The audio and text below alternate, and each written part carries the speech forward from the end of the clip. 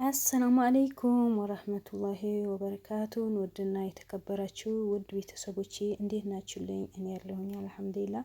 ክርስቲያን ወገኖቼ ሰላም ሰላም ብያለሁ። ባላችሁበት ሰላማችሁ ይብዛ። ለቤት አዲስ ከሆናችሁ በድጋሚ ላይክ፣ ሼር፣ ሰብስክራይብ ያደርጋችሁ አበረታቱኝ። በየጊዜ አዳዲስ መረጃ ስለቅላችሁ እንዲመጣላችሁ ሰብስክራይብ አድርጉ። ቪዲዮን ሰብስክራይብ በማድረግ ተከታተሉኝ። ዳይ ወደ ቪዲዮ። ዛሬ አዳዲስ ነገራቶችን አሉ ውድ ቤተሰቦቼ። እንደምታውቁት የሉ ሹፌር በጣም እንደተጎዳ ነው የተሰማው። ትላንት አንድ ትንሽ የቪዲዮ ለቅቄላችሁ ነበረ። ስለዚህ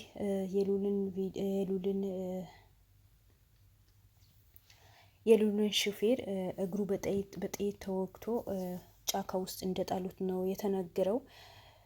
ሚስቱም የሄደችው ያው በእውነት ነገር ነው የሄደችው የነበረው እና መተሽ ባልሽ ውሰጂ ነው የተባለችው የነበረው። ሉልን ግን እስካሁን ምንም አይነት ጉዳት የደረሰበት ነገር የለም። ነገር ግን ሹፌሩ ለማዳን ብሎ በሄደበት ነው ሉልን ያገቱት እንጂ ሉልን በምንም ነገር አያገኙትም ነበር። ምክንያቱም ሉል ራሱ ጠብቆ ነው የሚሰራው የነበረው ያሉት። ዛሬ አዳዲስ ኢንፎርሜሽኖች እየደረሱን ነው። ግን እነሱ እንዲመቻቸው ያደረጉት ሹፌሩ በመያዙና ከዛ መኪናው ተበላሸ፣ ጎማው ፈንድተዋል በማለት ሉል እንዲመጣ ነው ያስደረጉት። ከዛ በኋላ እነሱ የሚፈልጉት ሉል ስለሆነ በቁጥጥራቸው ስር አውለውታል። ግን ሹፌሩ በጣም ኃይለኛ ወይስ ከባድ የተባለ ጉዳት ነው የደረሰበት። እንግዲህ ሚስቱ አስክሬን ሳይሆን ያው እግሩን በጣም ስለተጎዳ ግዴታ ይዛ ወደ አዲስ አበባ ሂዳ ሕክምና እንዲያደርግ ልታረግ ነው የጠሯት። የእጃቸው ከሰሩ በኋላ የሚያገኙት ነገር ካደረጉት በኋላ ከጎዱት በኋላ የሚከፈላቸው ብር እጃቸው ውስጥ ከገቡ በኋላ እኔ መተሽ ብርሽ ውሰጂ ማለት በጣም ከባድ ነው። ዛሬ ሚኪ ሉልን እንሰጥሃለን ብለውት ነበረ። ይህ ማለት እነሱ እያንዳንዳቸው በስልክ ተደዋውለው እያንዳንዳቸው በቁጥጥር ስር ያዋሉ ነው። ምክንያቱም አንዱ ተይዞ አንዱ ከማን ጋር ተሰራለ ከክሌ ጋር በቃ ደውለት ተብለው እያንዳንዳቸው ሁላቸውም ባይሆን ግማሻቸው ተይዘዋል፣ ግማሻቸው በቁጥጥር ስር ውለዋል። ነገር ግን ሉልን አሳልፈህ እንሰጥሃለን፣ ሉልን ያለበት ቦታ እናሳይሃለን ብለው ሚኪም አደጋ ውስጥ ሊጥሉት ነበረ። ግን ፈጣሪ አዳነው። ምክንያቱም ሚኪ ሉልን እንደዚህ ተደፋፍሮ ሂዶ ነው ምንም አልሆንም፣ ማንም አይነካኝም፣ እኔን አትፈታ ነው ራሷ የምታጠፋው እንጂ እኔ መቼም ቢሆን አትነካኝም በማለት ነው በጣም በድፍረት በተሞላበት ልብ ሂዶ ነው። ያው የስንት ሰው ጠንቅ ሆነዋል። መጀመሪያ የታገቱ ሰዎችም አልወጡም። እነሱ በዲና እጅ ነው ያሉት። ሹፌሩም ያው ታግተዋል። ቢታገትም ቀላል ነገር ነበር፣ ግን ጉዳት ደርሶበታል። ሉልን ደግሞ ምን አይነት ጉዳት እንደሚያደርሱበት እነሱና ፈጣሪያቸው ሉል ነው የሚያውቁት። ምክንያቱም ሉል በጣም በኃይለኛ ነው የሚፈልገው። በጣም በኃይለኛ ትፈልገዋለች። የፈለጋችሁት ብር ከፍላለሁ፣ ሉል እጄ ውስጥ አስገቡት ነው ያለችው።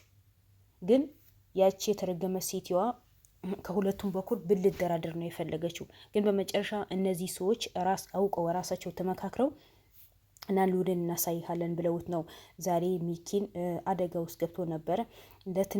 ለትንሽ ሊያሳግቱት ሲሉ ያው እሱም ብቻው አልሄደም ነበረ። ጥበቃው ማለት የሉል የሚኪ ጋርዶችን ከጎኑ ነበሩ፣ የህግ አካላት ፖሊሶች ነበሩ። እነሱ በመሆን ነው ሚኪ ከነሱ እጅ ወጥተዋል፣ ከነሱ እጅ አምልጠዋል እንጂ ሚኪም ሊያግቱት ነበር። ምክንያቱም ይሄ በሙሉ የምታደርገው ዲና እንደሆነ ነው የተደረሰበት። ሉልን አግቻለሁ፣ ሉልን እጄ ውስጥ ገባ፣ አሁን አርፋለሁ ባልኩበት ሰዓት እንዴት ነው ገና ሚኪ ያለሁበት ሀገር ድረስ መጥቶ ስለ ሉል የሚከራከረው? ሉል የሚፈልገው ማን ስለሆነ ነው? ምን አባቱ ነው?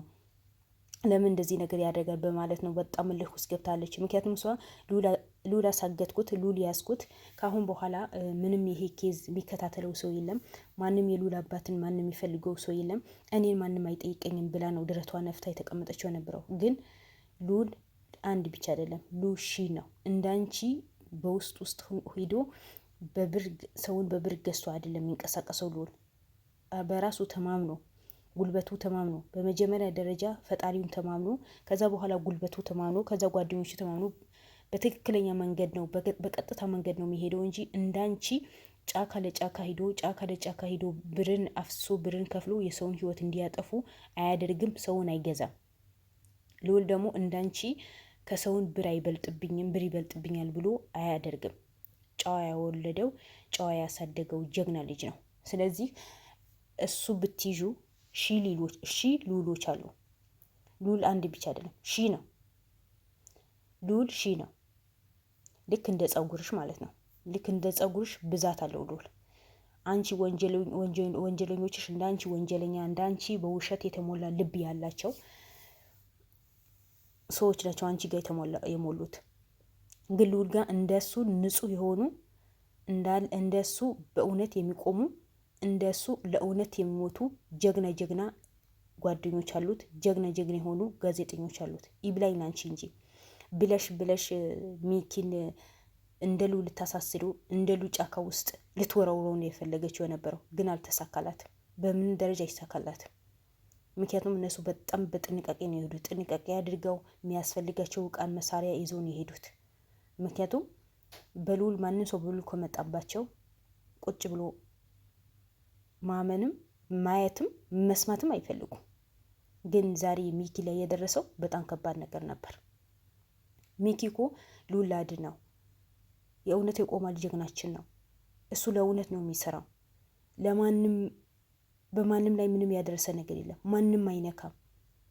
በንጹህ ልቡ ስለሚሰራ ለምንደው በዚህ ልክ ጠላት የሚበዛበት ነው ብሎ ልዑል ለመፈለግ ሂደዋል እንጂ እንደነሱ ወንጀል ለመስራት ወይስ እንደነሱ ሰው ለማገት ወይስ እንደነሱ ሰው አግተው ብር መቀበል አይደለም።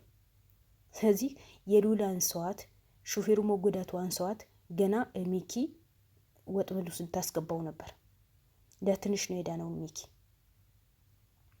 እንዳለ በሷ ዙሪያ ያሉ ሰዎች በሙሉ ሰገጤ ለብር ብቻ ብሎ የሚኖሩ ብር ብቻ የሚያስደስታቸው ብር የሚያገኙበት ነገር ከሆነ እናታቸው አሳልፈው የሚሰጡ ሰዎች ናቸው። እኔ አንዳንዴ ማለት ነው ውድ ቤተሰቦቼ እነ ልዑልን ባይኖሩ ኖሮ የሀገራችን ጉድ በምን እናይ ነበር? አገራችን ላይ እንደዚህ አይነት ጭካኔ እንደሞላ በምንድን ነው የምናየው ነበረው? ዘላለም ዘገየ ከዚህ በፊት ምን ይል ነበረ መሰላችሁ? ያላየነው እንጂ ያልሰማነው የለም ሀገራችን ላይ። ፈጣሪ እድሜና ጤና ከሰጠን ከዚህ በላይ እናያለን ነው የሚለው ነበረው። እውነቱ ነው ውድ ቤተሰቦች፣ እውነቱ ነው። አገራችን ላይ የማይሰማ ጉድ የለም። ስንት የተደበቀ ነገር ነው የሰማነው። ስንት የተደበቀ ነገር ነው ቆፍሮ የሚያወጡት። ስንት የተበደለ ሰው አለ። በቤተሰቦቹ ስንት የተጨኮነ አለ። በማህበረሰቡ የተጨኮነ ሰው አለ። ንብረቱ ተቀምቶ እንዴት አድርጌ ልጆቼ ላኑር፣ እንዴት አድርጌ ገብቼ ልውጣ ያለ ስንት ሰው ነው ልዑል መፍትሄ የሰጠው። ያ ለምንድን ነው? ልዑል ለእውነት ስለሚሰራ ከህግ አካላት ጋር የተያያዘ ነገር ስለሆነ ግንኙነቱ በሙሉ ከህግ አካላት ጋር ከመንግስት ጋር የተያያዘ ነገር ስለሆነ በጫካ ስለማይሄድ በግቦ ስለማይዞር ለእውነት ጉልበቱ ሰጥቶ ህሊናው ሰጥቶ ሁሉ ነገር ሙሉ ቤተሰቡ ሰጥቶ መስዋዕትነት ከፍሎ የሚሰራው ስራ ስለሆነ ነው። እኔ አንዳንዴ በቃ የሆነ ፊልም ይመስለኛል አገራችን ላይ በዚህ ልክ እንደዚህ ሰው በራሱ በገዛ ቤተሰቡ በራሱ ቤተሰብ ላይ በቀዩ ላይ ሌላ ነገር ይቅርና አንድ ኢትዮጵያዊ በሆነ ሰው በዚህ ልክ ክፋት መስራት፣ ግፍ መስራት እኔ አግባብ ነው ብሎ የሚቀበሉ ሰዎች መጥኔ ይስጣቸው። እናንተ እኔ ሰው ናችሁ እኮ አይደለም። አንዳንዴ ከሰው የተፈጠራችሁ አይመስለኝም። እንዲሁ ምን አይነት ጭካኔ ልብ ይሰጣችሁ ነው? ምን አይነት ልብ ቢኖራችሁ ነው? እንዴት የሚያዝን ልብ አይኖራችሁ? ቢያንስ ቅንጣት ያክል እንዴት የሰው ልጅ አታዝኑ? ሁሌ እኔ ብቻ፣ ሁሌ እኔ ልብላ፣ ሁሌ ሰው አግቼ ብር ላግኝ የሚባል አይምሯችሁ ላይ ተጽፏል እንዴ? ከጎናችሁ ያለ ሴጣን የምታመልኩት ሴጣን እንደዚህ ነገር አድርጉ ነው የሚላችሁ? ሰው ገላችሁ፣ ሰው አሳግታችሁ ብር ተቀበሉ ነው የሚላችሁ? እንዲሁም ምን አይነት ፍጡር ናችሁ? እነሱ ከሆነ እኮ ልዑልም ሆነ የልዑል ክርሞችም ፈጣሪ እኮ ጥሎ አይጥላቸውም። ለምን ብትሉኝ በመጀመሪያ ደረጃ ፈጣሪያቸው ይዘው ነው የሚጓዙት። በሁለተኛ ደረጃ እምነት በፈጣሪያቸው አላቸው። ደግሞ ለእውነት ነው የሚሰሩት። ልባቸው ንጹህ ነው።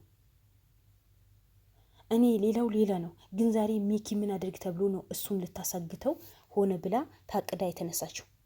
ምን አድርግ በማለት ነው? እንደው ውድ ቤተሰቦቼ የምንሰማው ነገር በሙሉ ለማመን የሚከብድ ነገር፣ ለመስማት የሚከብድ ነገር።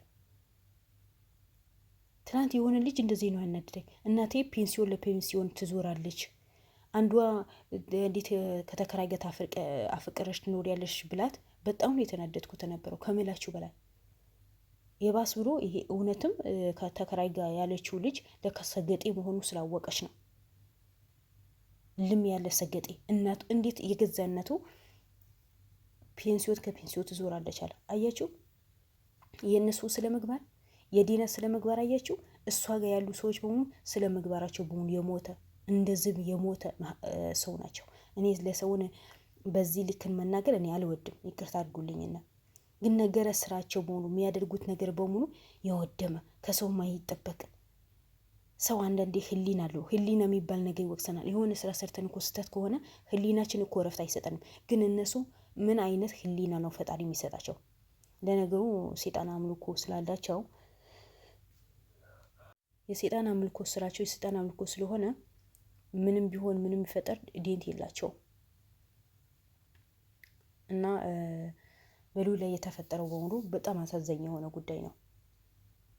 የሉል ሹፌር ደግሞ ፈጣሪ ጨርሶ አፍያክ በሰላም ደግሞ እንደ ሀገርህ እንደምትመለስ እርግጠኛ ነኝ። እነዚህ ጀግኖች ያሉ በእርግጥ ምንም አትሆንም፣ ግን ሀገርህ ላይ ወደ አዲስ አበባ ተመልሰ ድነህ እንደገና እነዛ የጎዱ ሰዎችን በተራቸው ብድር መላሽ ሳይሆን ህግ እንዲጠይቃቸው እንደምታረጉ ከነ ሉል ጋር ተባብረህ እንደምትሰራ እርግጠኛ ነኝ። መቼ ማለት በጣም ጀግና ናቸው፣ በጣም አስተዋይ ናቸው። ሚኪ ግን ጀግና አይገልጽህም። ልክ እንደ ሉ ነው ነገራቶቹ በሙሉ ስቴፕ ስቴፕ የምታረጋቸው። ምንም ይፈጠር ምንም አይመስልህ። የእውነት የቆምክ አሁን ሚኪስ ውድ ቤተሰቦች ስንት ጊዜ ነው የተጎዳው? ስንት ጊዜ ተጎድተዋል። መጀመሪያ የሉል ካሜራማን ነበር እንደምታውቁ፣ ግን ያ ሁሉ ጉዳት ደርሶበት ያ ሁሉ በደል ደርሶበትም ከስራው ንቅንቃን አለ። ስራው በስርዓት የሰራ ነው። ዛሬ ግን ወንድሜ ያ ሁሉ በሰራበት ያ ሁሉ በለፋበት ዛሬ ስቃይ ውስጥ ነው ያለ ብሎ ነው ቁጭ ብሎ ከነዚህ ከወንጀለኞች ጋር ተፋቅዶ እነሱ ያንዳንዳቸው ያደረጉት ነገር በሙሉ እየጠየቀ ያወጣ ባለ ሰዓት ነው ትፈለጋለህ ብለው ወጥመድ ውስጥ ሊያስገቡት የነበረው። ሚኪ ቃላት የለኝ። በጣም ጀግና ነህ፣ ትችላለህ፣ የምር ትችላለህ። አንዳንዴ እንደ ሉል ትደፋፈራለህ ብዬ እኔ በጣም ፈራው ነበረው፣ ግን በጣም አስተዋይ ነህ። ለነገራቶቹ ራቅ አድርገህ አስበህ ያኔ የሆነ እንዳንተ ነው ደስ የሚለው። በቃ ቆም ብሎ አስቦ ነገራቶችን ማድረግ ነው እንጂ ራሳችን አሳልፈን ለጠላት እንዳለብን ያወቅን ለጠላት ራሳችን አሳልፈን መስጠት በጣም ከባድ ነው። እንደ ሉል ደፋር ስለሆነ ከኔ በጣም ደስ ብሎኛል። እኔ ሉልን ጠልቼው አይደለም፣ ምንም ነቅፈው ነገር የለም። ሉል በጣም አደንቀው፣ በጣም ጀግና ነው። ግን አንዳንዴ በጣም የሚደፋፈራቸው ነገራቶች አሉ። የሰው ልጅ ነን። የሰው ልጅ ደግሞ ጥሩ የሚሰራ ሰው ጠላት በዛው ልክ ነው። ጥሩ በሰራው ልክም ጠላት ይበዛበታል። በዛ ላይ ደግሞ መጠንቀቅ አለብን። ለምን እኛ ተጎተን ሌላ ሰው መጉዳት የለብንም። ስለዚህ አሁን ሉል ራሱ ጎቶ ሌላ ሰው ለመጉዳት ይጎዳል። ሆነ ብሎ አይደለም፣ የውሱ ፍትህን ለማግኘት እውነት ለማውጣት ማንም ሰው መጎዳት የለበትም በማለት ነው ይህን ያህል ጥቃት ይህን ያህል ጉዳት የሚደርስበት። ባመኑ ሰዎች ይከዳል ሉል። ብዙ ጊዜ ባመናቸው ሰዎች ናቸው ሉልን የሚከዳው። ባመናቸው ሰዎች ናቸው ሉል ብዙ ጊዜ ጉዳት የሚደርስበት። በፊትም በሰራተኛው፣ ከዛ በካሜራማኑ፣ ከዛ በምን አሁን ደግሞ ጭራሽ ሆቴል ትይዝልኛለች፣ እናቴ ናት፣ ታላቅ እህቴ ናት፣ የሚያስፈልገኝ ነገር ከጎኔ ሆና ታስተካክልልኛለች ብሎ አምነዋት፣ ግን እሷ ካደችው፣ ከስርስር በላችሁ። መቅደስ ተብዬዋ ማለት ነው። አያችሁ አንዳንዴ የዋህ ልብ ሲኖራችሁ ለሰው ለእምነት የምትቆሙ ከሆነ እንደዚህ የሆኑ ልብ የሌላቸው ልባቸው ደረቅ የሆነ ልባቸው የጠቆረ ሰዎች እንደዚህ ያሳልፉ ይሸጣቸዋል። ሉል ብዙ ጊዜ በሚያምናቸው ሰዎች ናቸው የሚከዳ። ለምን አላውቅም። ለነገሩ ጥሩ ሰው እኮ በሚያምነው ሰው እኮ ነው የሚከዳው። ለኔ ነው ይሄ ሰው ለኔ ነው ይሄ ሰው እኔ ምንም አይነት ቢደርስብኝ ከጎኔ ይሆናል ባላችሁ ሰው እኮ ነው ጉዳት የሚደርስባቸው። ይሄ የታወቀ ነገር እኮ ነው። ማይካድ እውነት ነው፣ ማይካድ እውነት። ስለዚህ ሉል ይሄ 4ኛ ጊዜ ነው 5ኛ ጊዜ ነው ባመናቸው ሰዎች ሲካድ፣ ባመናቸው ሰዎች ሲታገት፣ ባመናቸው ሰዎች ነው ፓራላይዝ ሆነው ብዙ ነገር አጋጥሞታል። እኔ እነሱ ትምህርት ወስዶ ሰው የሚባል ነገር አያምንም ነው። ሰው የሚባል ነገር አይቀርብም። ሰው ሲላችሁ አለ የምትቀርቡ ሰው ግን እንደዚህ ትንሽ ከሱ ጋር ራቅ ያሉ ሰዎች መቼም ቢሆን አምነዋቸው በዚህ ልክ ይጓዛል ብዬ አልጠብቀውም ነበር። ግን አንዳንዴ ድፍረት ለካ ያስኬዳል። ጀግና ነህ ልዑል። ለማንኛውም የኛ ጀግና የኛ እንቁ የትም ብትሄድም አሸናፊ ነህ እንጂ ተሸንፈህ ማትመጣ ጀግና ነበርክ። ዛሬ በእነሱ እጅ ገብተሃል እንጂ እና ባለህበት ፈጣሪ እንደሚጠብቅህ በሙሉ ጤናህን ወጥተህ ከእናትህ ጋር ከቤተሰቦች ጋር በዚህ ልክን ከሚሳሱልህ ከነዚህ ጀግና ጓደኞች ጀግና ጋዜጠኞች ጋር ተገናኝተህ ደስተኛ የምትሆንበት ጊዜ ቅርብ ነው። ደግሞ ይሆናል። እናንተ ትችላላችሁ። በጣም ጀግና ናቸው። ሉሊ ማነው ሚኪ ዛሬ በደረሰበት ነገር በጣም አዝናለሁ። አንዳንዴ ያጋጥማል። ለሰው ዋጋ ከፍላለሁ ሰውን አድናለሁ ብለህ በወጣ ቁጥር ያው እንከኖችን ይበዛሉ፣ እየታወቀ ነው። ስለዚህ ያ ነገር በሙሉ አልፎ ትላንት እኛ ነበርን ወይ እኛን ወይ ሊያጠቁ ተነስተዋል የምትሏቸው እነዛ ሰዎች በሙሉ ለህግ አሳልፋችሁ ሰጥታችሁ እፎየው የምትሉበት ጊዜ ቅርብ ይሆናል። እኔ የምር ነው። ይሄ ኬስ ከጨረሳችሁ በኋላ ሉል ከተገኘ በኋላ ለአንድ ወር ማረፍ አለባችሁ። በቃ ይሁን በጭንቀት መሞት የለባችሁ። ምክንያቱም እናንተ ላይ በጣም ጭንቀት በስተዋል። በጣም በተለይ ሉል በሚታሰር ሰዓት የምትይዙትን የምትጨብጡት ነው የምታጡት። ግን በጣም ጀግና ናቸው። በጣም ቻይ ናቸው። እኔ በጣም ነው የማመሰግናቸው። እና ለማንኛውም ውድ ቤተሰቦቼ ለዛሬ ያለውን ነገር ይሄ ነበር። ለሚኪም ዱአ አድርጉለት፣ ለሉሉም ዱአ አድርጉለት። በሰላም ካሉበት ቦታ እንዲወጡ ምንም ጉዳት ሳይደርስባቸው ወደ አዲስ አበባ እንዲመለሱ ዱአ አድርጉላቸው። ሉል ያለበት ነገር አንዳንድ ነገርም የተሰማ ነው። እንግዲህ በሌላ ቪዲዮ እንመጣለን። ሰላም አለይኩም ወራህመቱላሂ ወበረካቱ።